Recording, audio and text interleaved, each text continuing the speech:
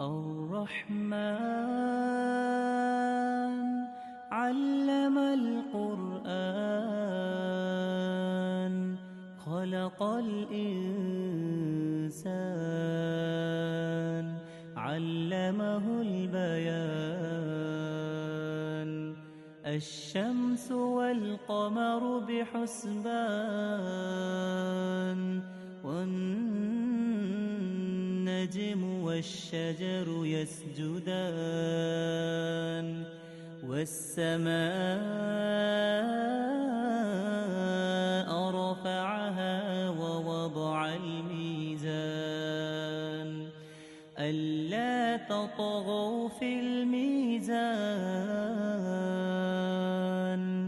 وأقيموا الوزن بالقسط ولا تخسروا الميزان